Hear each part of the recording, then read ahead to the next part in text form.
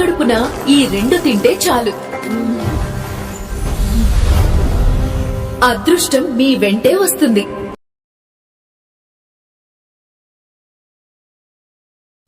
కాని ఆ శాంతి మన గుమ్మం ముందే ఉన్న ఆ తులసి కోటలో, మన వంటింట్లో ఉన్న ఆ చిన్న గింజల్లోనే ఉందని గుర్తించుము. పాపం, ఎంతకాలం దిక్కుతోచని స్థితిలో అలా ఉండిపోతావు. నువ్వు ఆ తులసి దళాన్ని సేవించినప్పుడు నీ శరీరంలోని నాడీ మండలం అంతా ఒక పవిత్రమైన ప్రకంపనకు లోనవుతుంది. ఆ ప్రకంపన నీ ఆలోచనల్లో ఉన్న మాలిన్యాన్ని కడిగేస్తుంది. మనిషికి సంపద రావాలంటే ముందుగా ఆ మనిషిలో సత్వగుణం పెరగాలి. ఆ సత్వగుణాన్ని ఇచ్చేది ఆ తులసిమాతే. నువ్వు ఎప్పుడైతే పవిత్రంగా ఉంటావో అప్పుడే లక్ష్మీదేవి నీ వైపు చూడటం మొదలు పెడుతుంది. అయ్యో, దారిద్ర్యం అంటే కేవలం డబ్బు లేకపోవడం కాదు, సరైన సమయంలో సరైన ఆలోచన రాకపోవడం కూడా ఒక దారిద్ర్యమే. ఆ బుద్ధి మాంద్యాన్ని తొలగించి నీకు ధనయోగాన్ని ఇచ్చే శక్తి ఈ చిన్న అలవాటులో ఉంది. తులసి దళం తీసుకున్న తర్వాత ఆ సోంపు గింజలను నమలేటప్పుడు నీ నోటిలో ఊరే ఆ లాలాజలం నీ జీర్ణక్రియను మెరుగుపరుస్తుంది. కడుపులో మంట, ఆ వాయు దోషాలు ఉన్నప్పుడు మనసు నిలకడగా ఉండదు కదా.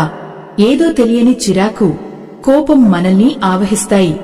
పాపం, ఆ చిరాకులో మనం చేసే పనులన్నీ చెడిపోతుంటాయి. కాని ఈ సోంపు నీ శరీరాన్ని చల్లబరిచి నీ మెదడును ప్రశాంతంగా ఉంచుతుంది. ఎప్పుడైతే నీ మెదడు ప్రశాంతంగా ఉంటుందో అప్పుడే నువ్వు సంపాదనకు కావలసిన కొత్త మార్గాలను కనిపెట్టగలవు. ఈ 2 వస్తువులను పరగడుపున తీసుకోవడం వల్ల నీలో ఒక తెలియని ఆకర్షణ శక్తి పెరుగుతుంది. నీ ముఖంలో ఆ వర్చస్సు చూసి నీ చుట్టూ ఉన్నవారు నీకు సాయం చేయడానికి ముందుకు వస్తారు.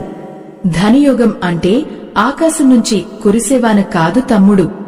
అది నువ్వు చేసే పనిలో నీకు దక్కే విజయం, నీకు లభించే గౌరవం.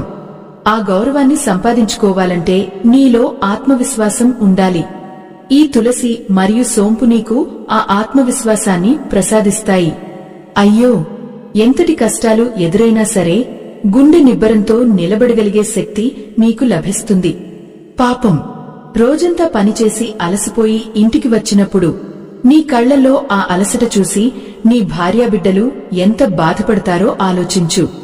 ఆ అలసట నీ దరి చేరకుండా ఉండాలంటే నీలో ప్రాణశక్తి మెండుగా ఉండాలి. ఈ పరగడుపు నియమం నీ ప్రాణశక్తిని పెంచుతుంది. నువ్వు తీసుకునే